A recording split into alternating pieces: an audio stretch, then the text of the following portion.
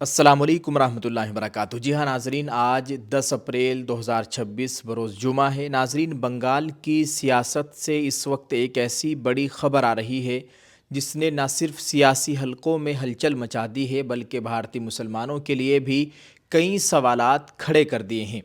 ایک صحافی کی حیثیت سے میرا کام کسی کی حمایت یا مخالفت کرنا نہیں بلکہ آپ کے سامنے وہ حقائق رکھنا ہے جو پردے کے پیچھے چھپے ہوئے ہیں۔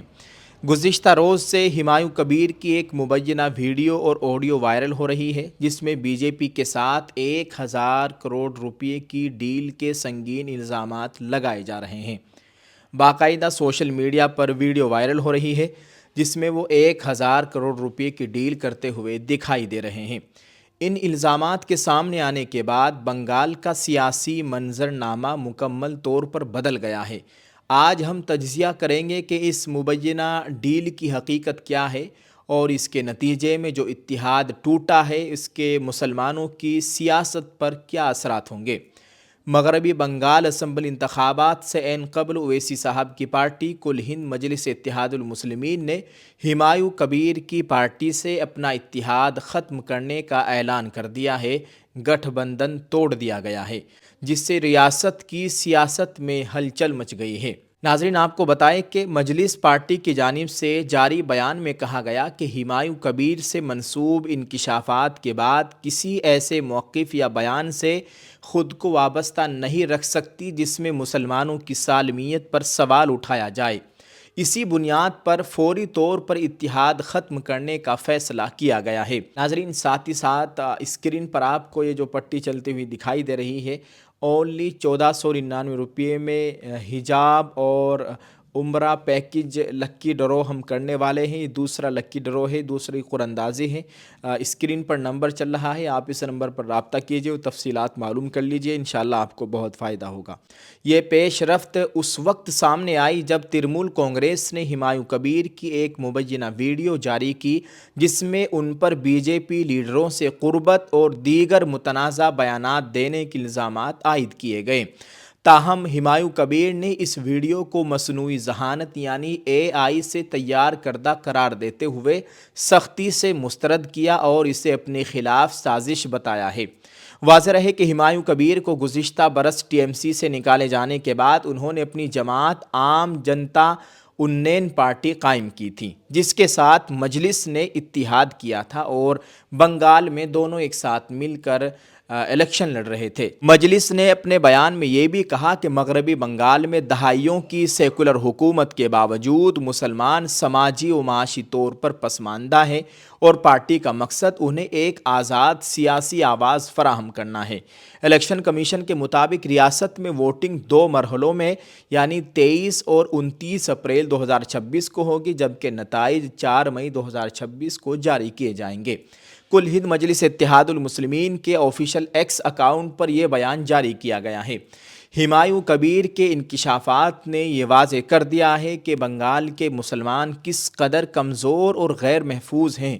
مجلس اتحاد المسلمین ایسے کسی بیان یا موقف سے خود کو وابستہ نہیں کر سکتی جس میں مسلمانوں کی سالمیت پر سوال اٹھایا جائے۔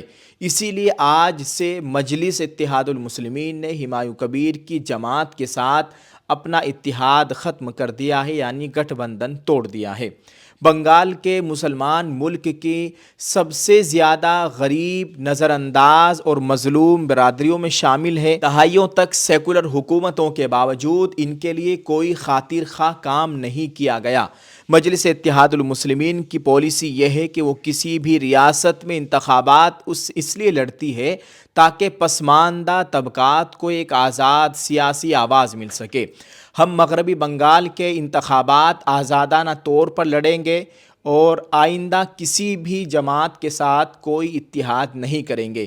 اب اس معاملے کے 2 پہلو ہیں۔ ایک طرف وہ سنگین الزامات تھے جو TMC کی جانب سے پریس کانفرنس کر کے لگائے گئے جہاں وزراء نے ایک آڈیو کلپ جاری کیا جس میں مبینہ طور پر ہمایوں کبیر کو BJP لیڈروں کے ساتھ رابطے میں دکھایا گیا ہے۔ دوسری طرف ہمایوں کبیر ان الزامات کو یکسر مسترد کر رہے ہیں اور اسے ایک سیاسی سازش قرار دے رہے ہیں، اور ہمایوں کبیر کی جانب سے یہ بھی کہا جا رہا ہے کہ ان کی یہ AI سے تیار کردہ ویڈیو ہے، لیکن ایسا نہیں ہے ناظرین۔ لیکن یہاں سوال یہ پیدا ہوتا ہے کہ کیا سیاست میں صرف الزامات کافی ہوتے ہیں یا پھر عوامی مفاد میں ایسے اتحاد سے دوری اختیار کر لینا ہی بہتر ہے جس پر انگلیاں اٹھ رہی ہوں؟